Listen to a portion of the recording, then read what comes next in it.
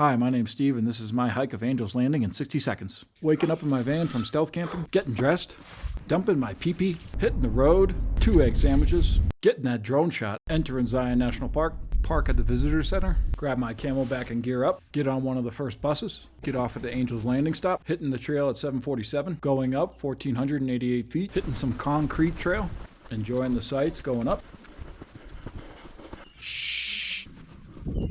Delayering because it's starting to get kind of hot.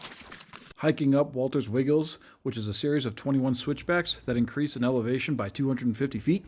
Permit check for the last half mile. You're good to go. Holding onto the chains for dear life, seeing people turn back. Almost there. And then quickly understanding why.